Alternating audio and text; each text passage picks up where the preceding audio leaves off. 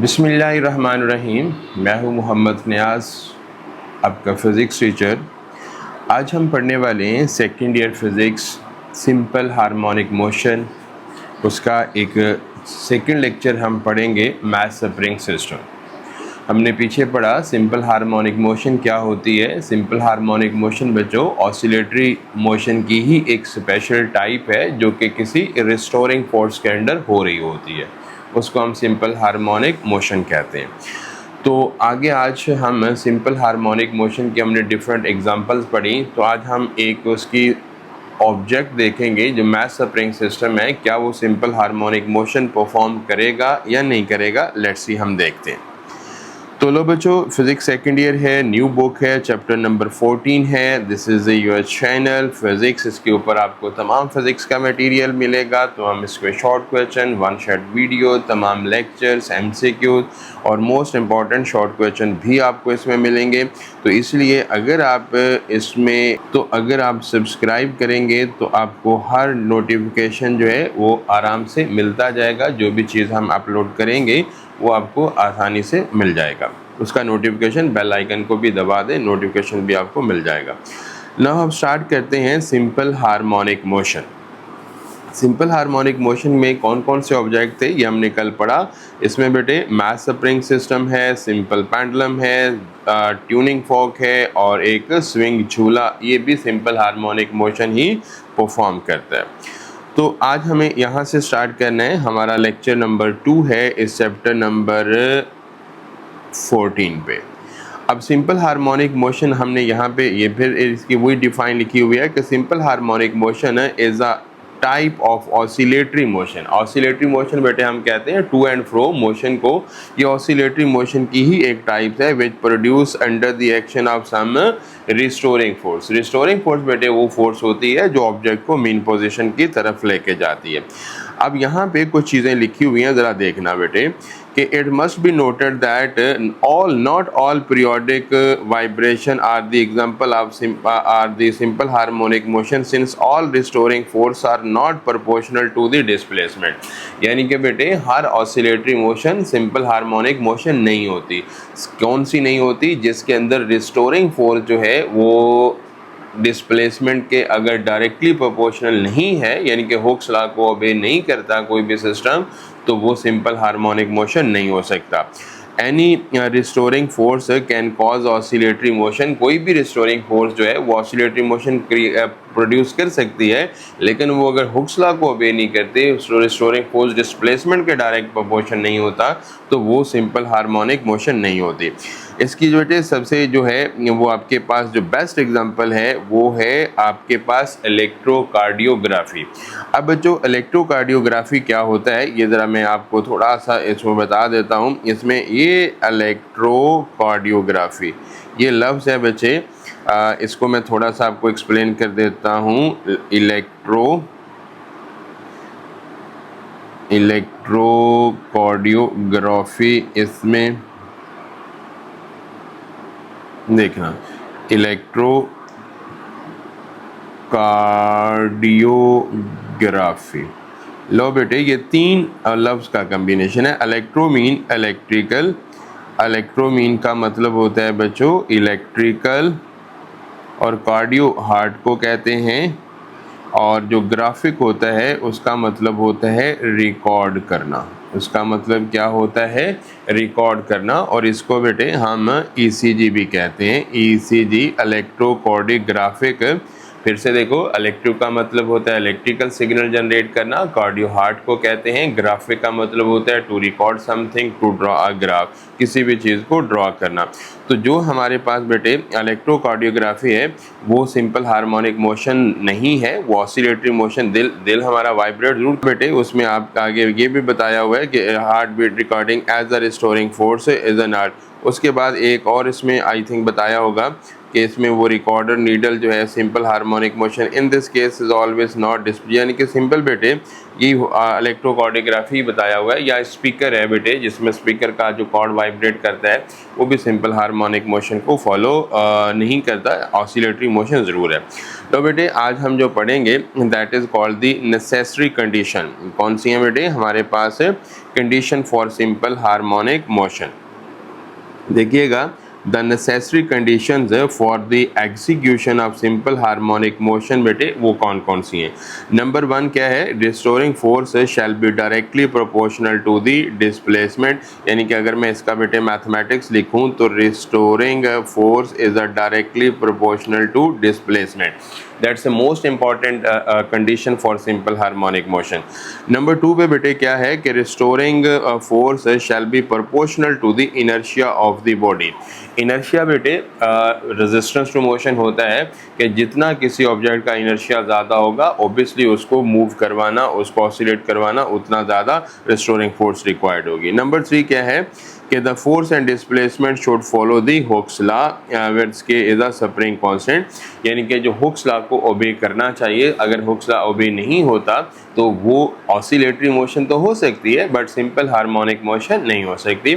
Simple harmonic motion सिर्फ वही है जो कि ऑसिलेटरी जिसके अंदर हुक्स लॉ ओबे होता है।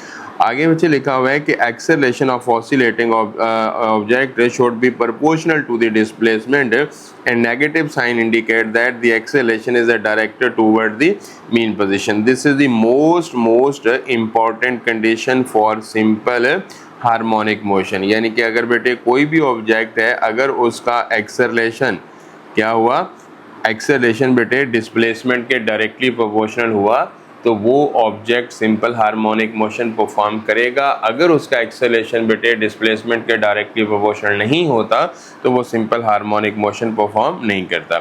आगे बच्चों इसकी हमारे पास प्रैक्टिकल एग्जांपल्स हैं कि हमने प्रूव करना है कि कौन कौन से ऑब्जेक्ट जो है वो सिंपल हार्मोनिक मोशन को जो है वो ओबे करें। नंबर 1 बेटे math spring system simple harmonic motion हमने प्रूव करना है कि ये तीनों लॉन्ग क्वेश्चन है बेटे आपके चैप्टर के, यानी कि यूँ समझ लें कि आपके जो तीनों आगे लॉन्ग क्वेश्चन आएंगे वो तीनों यही हैं कि जिसमें हमने यही साबित करना है कि इन सिस्टम का जो मोशन है बेटे वो सिंपल हार्मोनिक मोशन है, यानी कि इनका एक्सेलरेशन डिस्प्लेसमेंट के डायरेक्टली प्रोपोर्शनल है। नंबर 1 बेटे कौन सा है, मैथ स्प्रिंग सिस्टम। नंबर 2 बेटे सिंपल पेंडुलम। नंबर 3 आपके पास है simple harmonic motion and uniform circular motion. तो दीज आर 3 लॉन्ग क्वेश्चन हैं जिसको हम बारी बारी डिस्कस करेंगे। तो आज हमारा जो पहला हमारा लॉन्ग क्वेश्चन है हम उसको लॉन्ग क्वेश्चन के तौर पर आता है, हम इसको डिस्कस करेंगे, that is called the math spring system.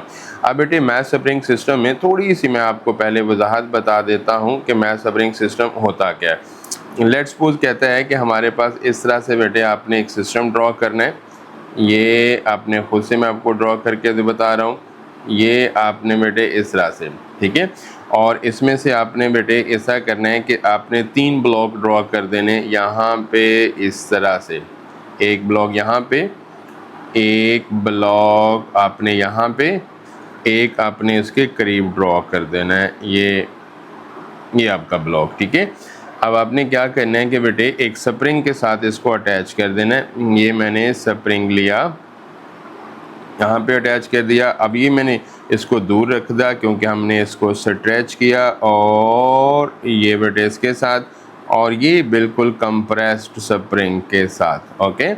इस तरह से बेटे ये देखो, अब ये जो है ये ब्लॉक हैं 3 ब्लॉक इस तरह से, ये हमारे पास, इसको हमने प्रूव करना है कि इसका जो मोशन है वो सिंपल हार्मोनिक मोशन है। तो देखो बेटे ये अब आपके पास जो है that is called the O mean position, ये पोजीशन है बेटे, इसको आप नाम देंगे that is called the A extreme position and that is the another A dash कह दें that is an other extreme position.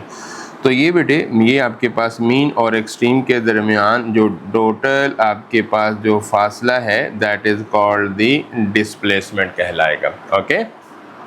अब होता क्या बेटे, मैं इसकी आगे कैलकुलेशन भी आपको बताता हूँ। नॉर्मली ये है कि बेटे जब भी हम इसके ऊपर इस तरह से क्या लगाते हैं, एक एक्सटर्नल फोर्स लगाते हैं, और इसके ऊपर आप लिखिएगा बेटे ई के नीचे EXT लिखते हैं, एक्सटर्नल फोर्स। तो ये मूव करके यहाँ पे चला गया, लेकिन जैसे हम यहाँ पे छोड़ देंगे तो एक फोर्स बेटे इसके ऊपर लगेगी जो इसको क्या करेगी, वापस खींचेगी, and that force is called the restoring force. वो फोर्स जो मास स्प्रिंग सिस्टम को वापस यहाँ पे लेके आएगी, और वो बेटे मूव करना शुरू कर देगा किस तरफ, इस तरफ मूव करेगा।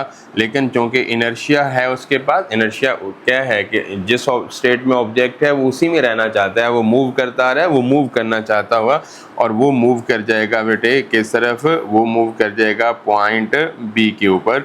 तो ये भी उसका आपके पास डिस्प्लेसमेंट है, बट इन अदर डायरेक्शन। तो इस तरह से ये मास स्प्रिंग सिस्टम बेटे ओ के गिर्द, किसके गिर्द, ओ के गिर्द इस तरह से ऑसिलेट करना स्टार्ट कर देगा। तो इसकी मोशन हमें इसमें साबित क्या करना बेटे, हमें ये साबित करना है कि इस ऑब्जेक्ट का, हमें ये बेटे साबित करना है कि इस मास स्प्रिंग सिस्टम का जो एक्सेलरेशन है वो बेटे डायरेक्टली प्रोपोर्शनल टू किसके है, डिस्प्लेसमेंट के। और जब हमने ये प्रूव कर दिया तो इसका मतलब है कि इसका मोशन सिंपल हार्मोनिक मोशन है। लो बच्चों, आपने क्वेश्चन को यहाँ से स्टार्ट करना है। ये मैंने आपको एक्स्ट्रा आपकी डायग्राम यहाँ पे बुक वाली ली हुई है, तो ये मैंने आपको खुद भी डायग्राम यहाँ से ड्रॉ करके बता दी। इस तरह से आप डायग्राम भी ड्रॉ कर सकते हैं। और इसमें बेटे देखो, और रिस्टोरिंग फोर्स को अगर मैं थोड़ा सा बेटे अगर आप में क्लियर आपको बताऊं इसमें कि ऑब्जेक्ट बेशक इस मीन पे है या इस मीन पे है, तो रिस्टोरिंग फोर्स का जो डायरेक्शन है वो हमेशा किस तरफ रहेगा, मीन पोजीशन। और जिस तरह बेटे रिस्टोरिंग फोर्स का डायरेक्शन रहेगा, एक्सेलरेशन भी हमेशा उसी डायरेक्शन में रहेगा। और इस मोशन में एक्सेलरेशन और डिस्प्लेसमेंट हमेशा अपोजिट डायरेक्शन में होते हैं। कैसे, अगर बेटे देखो हम इस तरफ जा रहे हैं तो हमारा डिस्प्लेसमेंट का ये डायरेक्शन है, लेकिन उस पर जो रिस्टोरिंग फोर्स का डायरेक्शन है वो उल्टा है। यानी कि अगर एक्स का डायरेक्शन इधर है तो रिस्टोरिंग, और एक्सेलरेशन हमेशा बेटे एक्स एफ की सिमत में ही रहना है, फोर्स की सिमत में ही रहता है acceleration.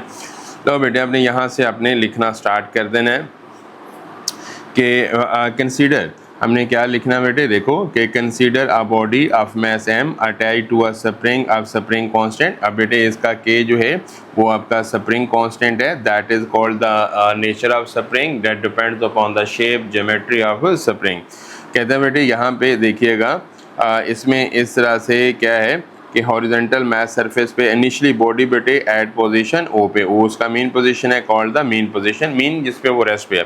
No we apply a force, हम फोर्स अप्लाई करते हैं और बॉडी को बेटे हम देखो हम फोर्स अप्लाई करते हैं और बॉडी को मूव करवाते हैं बेटे कहाँ से, फ्रॉम ओ टू ए।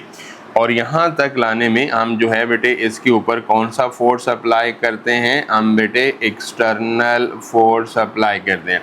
लेकिन जैसे हम ए के ऊपर ला के छोड़ देते हैं तो एक फोर्स इसके ऊपर लगती है, that is called the restoring force, जो बेटे इसको वापस मीन पोजीशन की तरफ लेके आती है।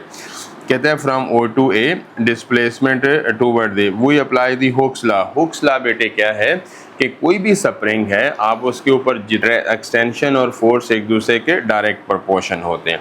अब बेटे यहाँ पे कहता है हुक्स लॉ कहता है कि हम जितना बेटे इसके ऊपर क्या है, हुक्स लॉ के मुताबिक जितना आप क्या फोर्स अप्लाई करोगे उतना उसमें एक्सटेंशन आएगा। और प्रोपोर्शनैलिटी साइन बेटे हम ख़त्म करेंगे तो के इसका के कांस्टेंट आ जाएगा, ये इसमें लिखा हुआ। कहते हैं F is equal to k x और the spring will exert the force due to restoring which is equal in opposite, और उसके ऊपर जो रिस्टोरिंग फोर्स है बेटे वो अपोजिट लगेगी। When a body released removing the applied force, जैसे ही बेटे यहाँ पे हम अप्लाइड फोर्स ये वाली फोर्स हटा देते हैं और ये जो रिस्टोरिंग फोर्स है ये बॉडी को वापस लेके आती है। कहते हैं कि इट विल मूव, वो क्या करेगा बेटे, इट विल मूव करेगा किस तरफ, टूवर्ड ओ, ओ की तरफ मूव करेगा। ड्यू टू इनर्शिया और रीचेज पॉइंट ए और compressed spring and start oscillation between the ए, यानी कि हमने उसे ए के ऊपर ला के छोड़ दिया, अब वो वापस आएगा रिस्टोरिंग फोर्स, लेकिन इनर्शिया की वजह से मीन पे नहीं रुकेगा, दूसरी तरफ जाएगा एंड दूसरी तरफ कंप्रेस होगा, फिर उसको वापस फोर्स लगेगी एंड इट स्टार्ट ऑसिलेशन। वो इस तरह से बेटे क्या करना शुरू कर देगा, ऑसिलेट करना शुरू कर देगा। तो according to the second law of motion F is equal to बेटे क्या होता है, एम ए। लो बच्चों, हम यहाँ से अब इसकी कैलकुलेशन करते हैं, इसको ज़रा समझिएगा कि दोनों इक्वेशंस हैं। एक बेटे हमने बोला कि जो रिस्टोरिंग फोर्स है वो F is equal to minus k x के बराबर है। ओके, ये हमने इक्वेशन नंबर है, इस वो तो बुक के हिसाब से दिए, आप इसे इक्वेशन नंबर 1 और 2 के हिसाब से देंगे, that is called the equation number 1। और according to the second law of motion बेटे F इज इक्वल टू क्या होता है, m में, that is called the equation number 2।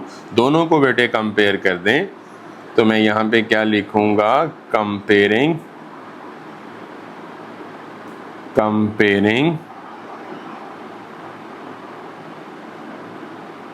Equation 1 and 2। लो बेटे, दोनों को कंपेयर करेंगे तो आपके पास जो रिलेशन बन जाएगा वो क्या बन जाएगा, m a is equal to minus k x. यहाँ से बेटे हमने ए की वैल्यू निकालनी है, तो ए इज इक्वल टू माइनस के ओवर एम इंटू एक्स।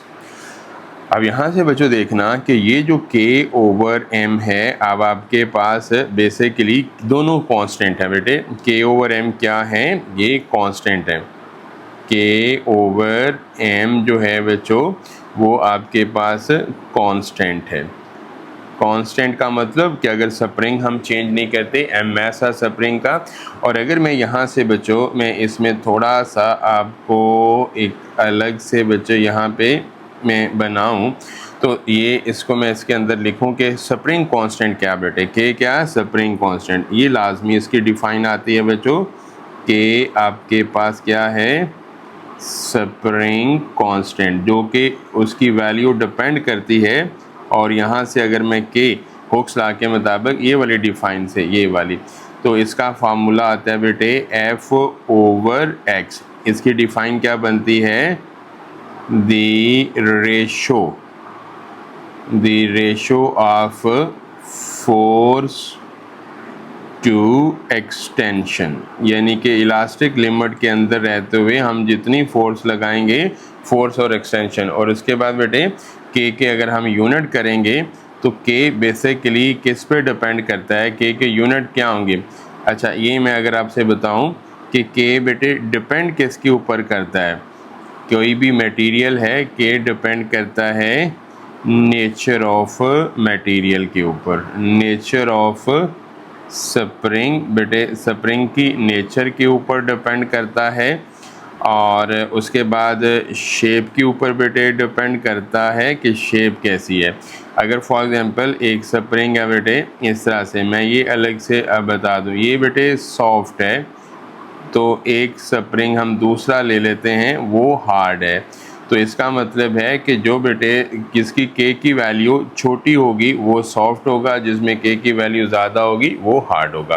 तो हमें बेटे यहाँ से ये लिखने के बाद ये लिख देना है कि ये दोनों कांस्टेंट हैं। और अगर हम दोनों कांस्टेंट लिखेंगे, अब हम अपने इस रिलेशन के ऊपर वापस आते हैं। अगर मैंने इसको बेटे लिखा a is equal to constant into k, sorry यहाँ पे कांस्टेंट माइनस एक्स, कांस्टेंट को रिप्लेस करेंगे, प्रोपोर्शनैलिटी साइन आएगा, a is equal to minus x. लो बेटे, this is the most important relation for any object who perform the simple harmonic motion। अब बेटे देखो, जो भी object simple harmonic motion perform करेगा, ये उसका जो है ये वाला रिलेशन, यानी कि अगर किसी भी ऑब्जेक्ट का एक्सेलरेशन बेटे डायरेक्टली प्रोपोर्शनल आ जाए तो ये निशानी होती है कि उस ऑब्जेक्ट का मोशन कौन सा है, सिंपल हार्मोनिक मोशन। तो बेसिकली बेटे आपने यहाँ से स्टार्ट करना है। आपका जो लॉन्ग क्वेश्चन है, आपने इससे पहले ये तो हमारा यहाँ से क्वेश्चन है ना, ये अलग से बेटे कंडीशंस आएंगी, या आ जाता है right the condition and prove that the mass spring system is a simple harmonic motion. हमारा जो लॉन्ग क्वेश्चन है बेटे वो बेसिकली यहाँ से बनेगा, लॉन्ग क्वेश्चन यहाँ से बनेगा। वो हमने करना है सारा, ये लिखने के बाद ये हमारा प्रूव हो गया, इसमें हमने ये प्रूव कर दिया। और इसका बेटे अब इसको अगर मैं मैथमेटिकली लिखूं तो ये हमारे पास क्या शो करेगा, यानी कि इसका मतलब ये हुआ कि ये अगर मैंने यहाँ पे बेटे acceleration is directly proportional to minus x. अब बेटे अगर मैं इसको लिखना चाहूँ, ये क्या बता रहा है, ये बता रहा है कि इट शोज़ दैट, ये बेटे क्या बता रहा है, इट शोज़ दैट, ये बता रहे हैं acceleration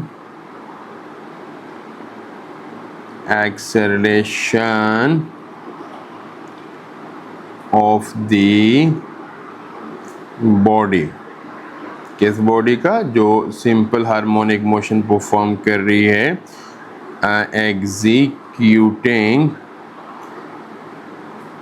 simple harmonic motion is always directly proportional to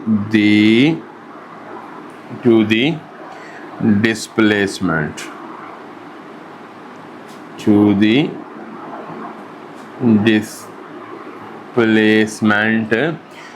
and is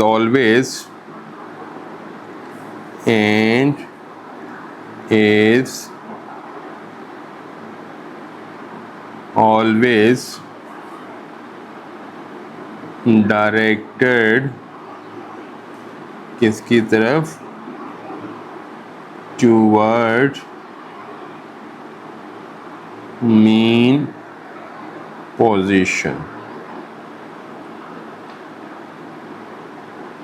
लो बेटे ये हमारे पास जो है वो कंडीशन है, हर वो ऑब्जेक्ट जिसका बेटे एक्सेलेरेशन डिस्प्लेसमेंट के डायरेक्टली प्रोपोर्शनल है और उसकी डायरेक्शन मीन पोजीशन की तरफ है, उस सब्जेक्ट का मोशन सिंपल हार्मोनिक मोशन है, क्योंकि ये हमने कंडीशन की। और ये हमने बेटे इसमें मास स्प्रिंग सिस्टम, ये आपके पास स्प्रिंग कांस्टेंट, ये बेटे अलग से एक शॉर्ट क्वेश्चन पूछा जा सकता है।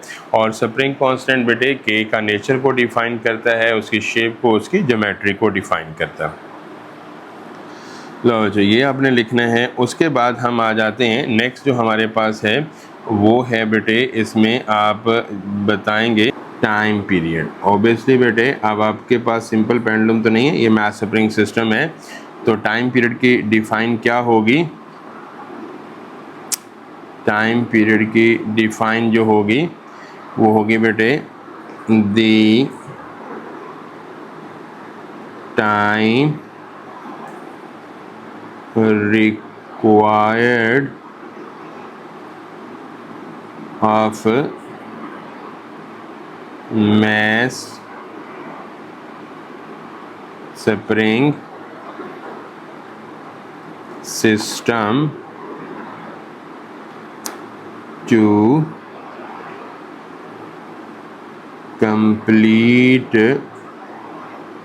one vibration. बेटे एक वाइब्रेशन कंप्लीट करने में जो आप वक्त लेगा उसको हम क्या बोलेंगे, कॉल्ड टाइम पीरियड। लो बेटे हम इसको टाइम पीरियड कहेंगे। ये एक बेटे आपने मास स्प्रिंग सिस्टम का, हम बाद में से लेटर ऑन प्रूव करेंगे, आपने याद रखना है ओमेगा बेटे एंगुलर फ्रीक्वेंसी होती है और ये होगा बेटे k/m। और ये कहाँ से आया, अभी हम इसका नेक्स्ट लेक्चर में हम डेरिवेशन आपको प्रूव कर देंगे। अगर बेटे मैं इसका स्क्वायर हटा दूंगा तो ये आपके पास ω/m और इसका इधर स्क्वायर रूट आ जाएगा। अब बेटे टाइम पीरियड हमें निकालना है। ये हमारे पास एक फॉर्मूला होता है ω = अब आपको पता है 2π/m टी होता है। मैं यहाँ से टी निकालूंगा तो T is equal to 2 pi over omega. सिर्फ बच्चों इस फॉर्मूले को अभी आपने यहाँ से सिर्फ आपने याद रखना है, इसका डेरिवेशन हम आगे जाके करेंगे नेक्स्ट लेक्चर में। तो यहाँ से बेटे इसमें ओमेगा की वैल्यू लगा दें, ओमेगा की वैल्यू लगाएंगे तो क्या बन जाएगा, T is equal to 2 pi over omega बेटे क्या है, square root k divided by m. ये ऊपर चला जाएगा। This implies that time period बेटे हो जाएगा t is equal to 2 pi m over k. तो ये बेटे आपका जो है वो टाइम पीरियड किसका हो गया, मैथ स्प्रिंग सिस्टम का, कि यानी कि आपके पास मैथ स्प्रिंग सिस्टम बेटे उसका जो टाइम पीरियड है वो मैथ और स्प्रिंग कांस्टेंट के ऊपर डिपेंड करता है। उसके बाद बेटे आगे अगर हमने इसकी निकालनी है फ्रीक्वेंसी, तो देखिएगा हम फ्रीक्वेंसी बेटे कैसे निकाल लेंगे। फ्रीक्वेंसी तो बच्चों क्या होती है, फ्रीक्वेंसी आप सबको मालूम है।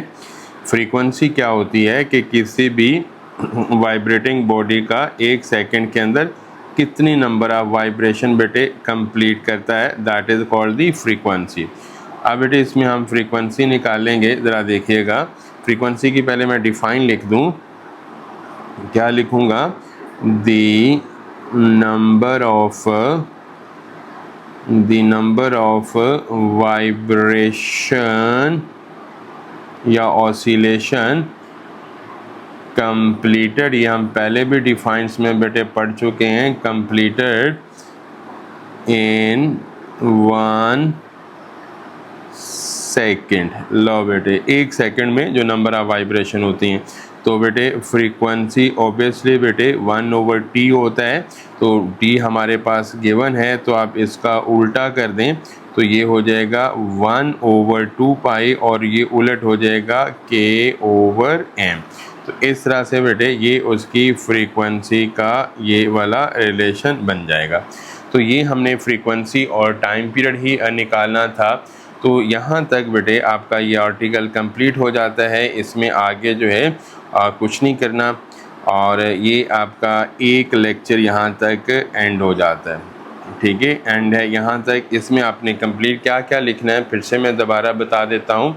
तो लो बेटे नॉर्मल आपके पास हमने शुरू में जो पढ़ा, यहाँ से मैंने आज लेक्चर स्टार्ट किया, उसमें हमने क्या पढ़ा बेटे, हमने condition for simple harmonic motion की कौन सी कंडीशन पढ़ी, और उसके बाद फिर बेटे प्रैक्टिकल सिस्टम हमारे पास कौन से होते हैं। उसमें मैथ स्प्रिंग सिस्टम है, ये आपके पास है math spring system, simple pendulum और सिंपल हार्मोनिक मोशन और यूनिफॉर्म सर्कुलर मोशन। तो आज हमारा पहला टॉपिक था, इसको हम क्या बोलते हैं, मैथ स्प्रिंग सिस्टम। तो हमने क्या साबित किया कि इस मैथ स्प्रिंग सिस्टम का जो मोशन है वो सिंपल हार्मोनिक मोशन है। तो बेटे हमने यहाँ से स्टार्ट किया, ये देखिएगा ये, और ये सारा आपने लिखने हैं। आगे ये कैलकुलेशन दोनों को कंपेयर करेंगे, ये आ जाएगा।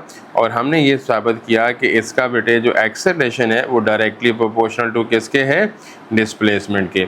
हर वो ऑब्जेक्ट बेटे जिसका एक्सेलरेशन क्या हो, डिस्प्लेसमेंट के डायरेक्टली प्रोपोर्शनल हो, तो यही गारंटी होती है कि वो ऑब्जेक्ट क्या कर रहा है, सिंपल हार्मोनिक। और उसके बाद फिर बेटे मैंने आपको स्प्रिंग कांस्टेंट, ये अलग से शॉर्ट क्वेश्चन है, वो क्या बताया, the ratio of the force to the extension, कितना हम किसी ऑब्जेक्ट के ऊपर फोर्स लगाते हैं और उसमें कितना एक्सटेंशन आता है। के बेटे नेचर ऑफ स्प्रिंग को डिफाइन करता है, शेप को डिफाइन करता है।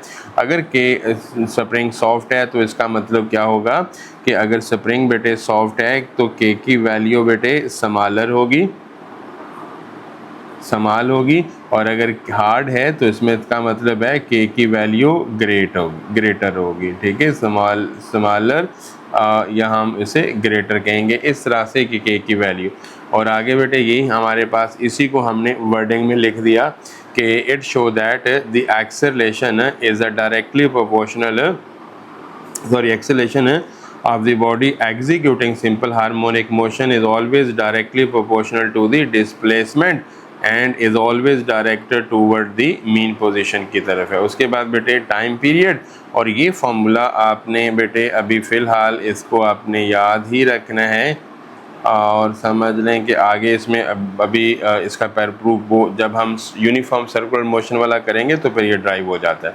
तो 2 पाई/t आपने ओमेगा की निकालना, ओमेगा की यहाँ पे वैल्यू पुट कर दी, तो ये बेटे रिलेशन किसका आ गया, टाइम पीरियड का। ये वाला रिलेशन किसका आ गया, time period, time required to complete one oscillation या वाइब्रेशन। उसके बाद बेटे फ्रीक्वेंसी इसका उलट होता है, और यूनिट बेटे क्या होते हैं फ्रीक्वेंसी के, फ्रीक्वेंसी का यूनिट हमने पीछे भी पढ़े बेटे, हर्ट्स होते हैं या साइकिल पर। और टाइम पीरियड के क्या यूनिट होंगे, तो टाइम है, इसके यूनिट सेकंड ही होंगे। तो इस तरह से बेटे ये अब आपके पास पूरा जो है वो कंप्लीट है लेक्चर। नहीं सॉरी, सिंपल हार्मोनिक मोशन की भी नेक्स्ट लेक्चर में हम ये पढ़ेंगे कि सिंपल पेंडुलम का मोशन सिंपल हार्मोनिक मोशन है या नहीं, वो हम प्रूव करेंगे। वो हमारा नेक्स्ट लेक्चर होगा। उससे नेक्स्ट लेक्चर फिर हम यूनिफॉर्म सर्कुलर मोशन में उसको हम पढ़ेंगे। ठीक है, okay, thank you very much, अल्लाह हाफ़िज़।